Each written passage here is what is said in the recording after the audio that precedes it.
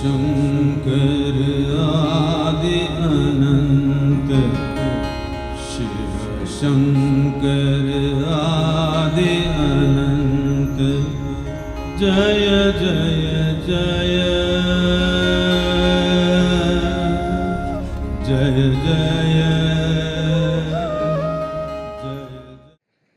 Sir, in the Indian society, when something goes wrong, for let's say someone is not well, so there are three types of people. Ones who go to the hospital, then there are the ones who rush to the temples, and then there are the third ones who rush to the astrologers. So we are actually taught from the beginning that inanimate objects and things around us have the power to control our lives. For example, this for example, my mother, when 2 to 3 years back, told me to wear a ring which had a gemstone. I still has it on, have it on because, of course, because that's what mom has said. You need to take it off, otherwise the boys will think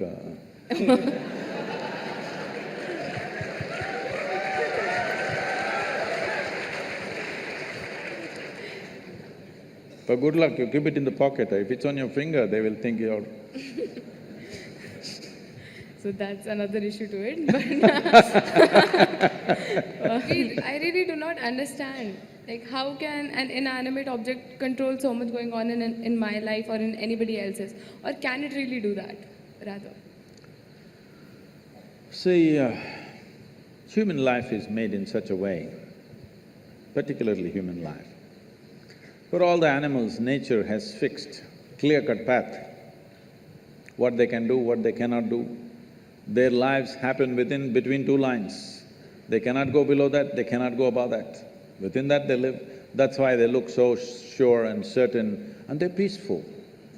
Once their stomach is full, they're all peaceful. Do you see this? Hello? Are you on talking terms with me or no? Do you see all the animals, once their stomach is full, they are peaceful. But human beings are thinking, or they're being taught that peace is the ultimate goal of life. A buffalo, full stomach, he sits peacefully. And for you, that is the ultimate goal, what a shame. What a buffalo can do with a stomach full of grass or whatever else he eats, you have to hold it as the ultimate goal. Is it not a shame, I'm asking you? But this is being taught like this, peace is the ultimate goal of your life. But coming to more fundamentals, if you're not peaceful today, can you enjoy your dinner today? No. Can you just enjoy walking down the street? Can you enjoy the company of a few people around you? No. If not ecstatic, at least you must be peaceful to enjoy anything in your life. So I'm asking, should it be the first step in your life or the last step in your life? Such people will only rest in peace.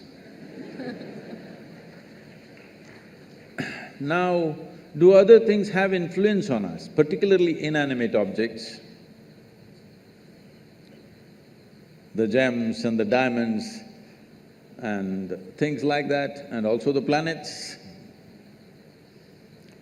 See, the nature of the planet has a certain influence on the life upon it.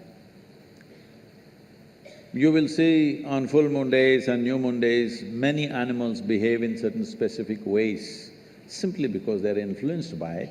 You know the whole ocean is rising.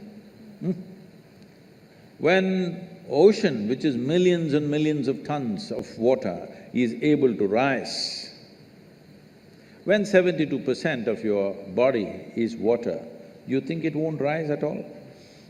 It does.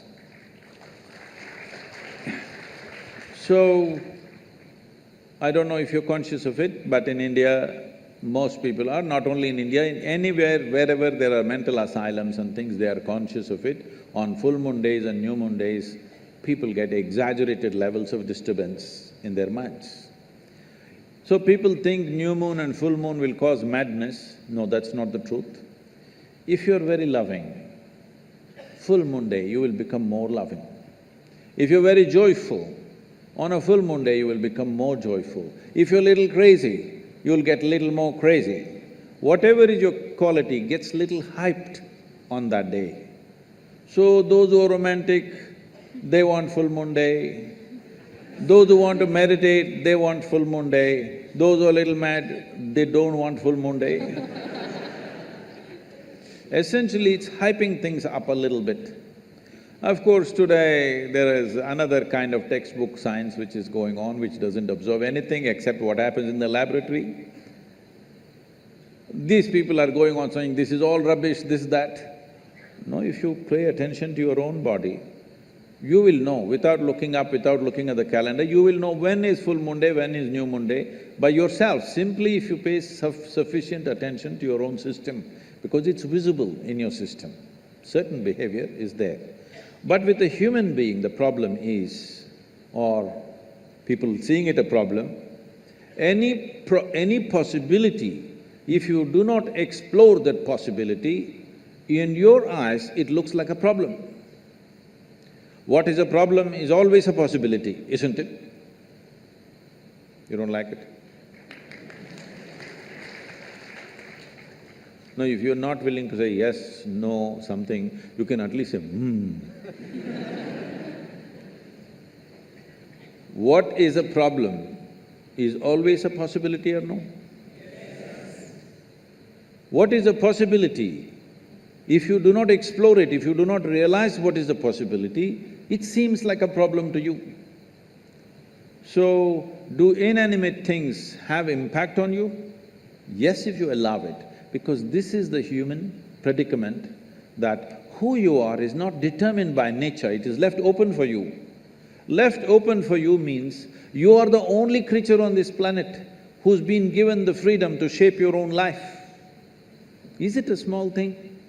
This is a product of millions of years of evolution that today, after all these creatures from a single-celled animal, after these millions of forms, here we are sitting, this is the only creature which can shape its own life the way it wants. Every other creature has to live by the laws of nature. We can shape our own lives. It is this freedom that human beings are suffering. If you're suffering your bondage, it's all right. If you're suffering your freedom, you're a disaster, isn't it?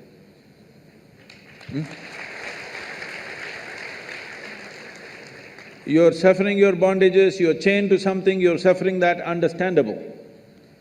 But you're suffering because you're free. Most human beings are suffering because they're free. They're always trying to bind themselves to something or somebody all the time because freedom scares them. Because freedom is a pathless path.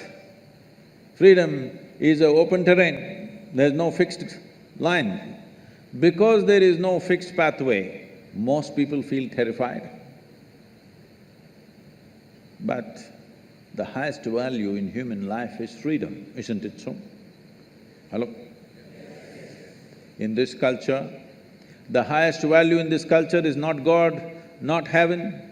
Mukti, moksha, liberation, freedom is the highest value. Established that no matter what you do, you must seek mukti. You can do whatever you do with your life, but all that process should be towards your liberation. You must be moving towards higher and higher levels of freedom on a daily basis. Otherwise, your life is not worth it because you're getting entangled with the process of life. Even if you go to heaven, it's an entanglement. See, I'm sure before you joined IIT, you're still keeping Bombay, right? I see. Before you joined IIT, when you have written your whatever entrance tests and stuff, only thing is somehow I want to get in, because it's like heaven, entering heaven. No matter what, I want to get in, that's the only thing I want. After you get in, see how many problems.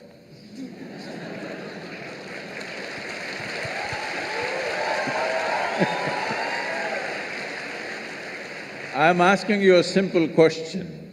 Being on this planet, do you have any proof that you are not already in heaven and making a mess out of it? Huh? Do you have any proof? Suppose you took off from the solar system and looked down at the solar system, whatever these 12, 14 planets and satellites and works. Does planet Earth definitely look like a heavenly body among all these? Yes or no? So you're already on heaven and making a mess out of it, and now you want to go to another heaven. Yes, like he wants to go to Canada.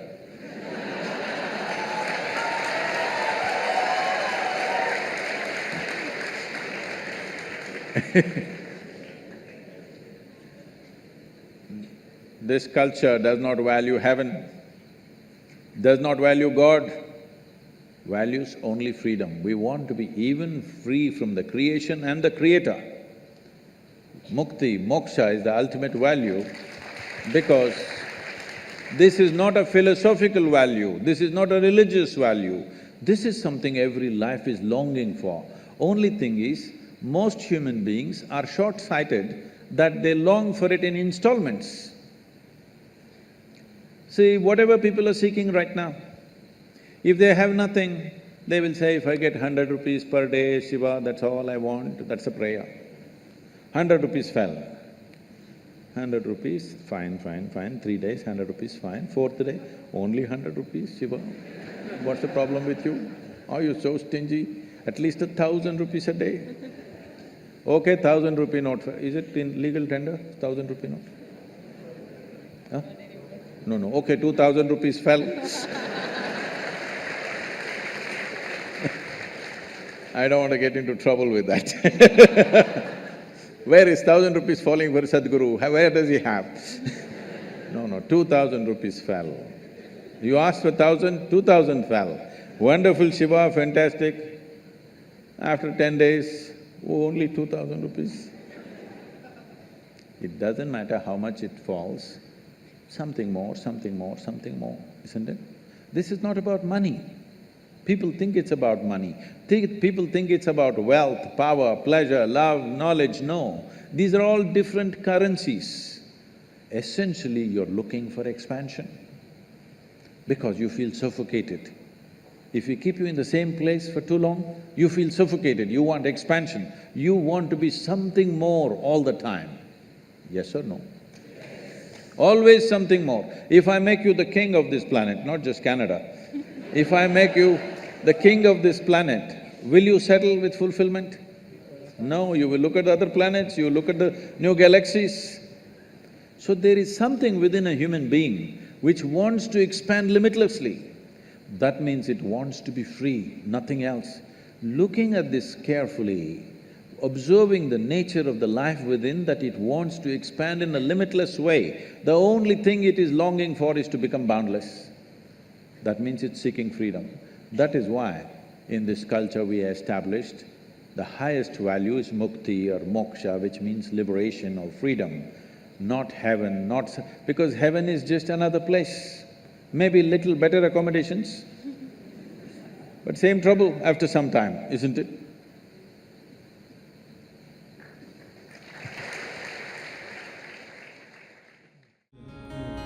Shiva Shankar Adi Anant Jaya Jaya Jaya Jaya Jaya Jaya Jaya Jaya Jaya Jaya Mahadeva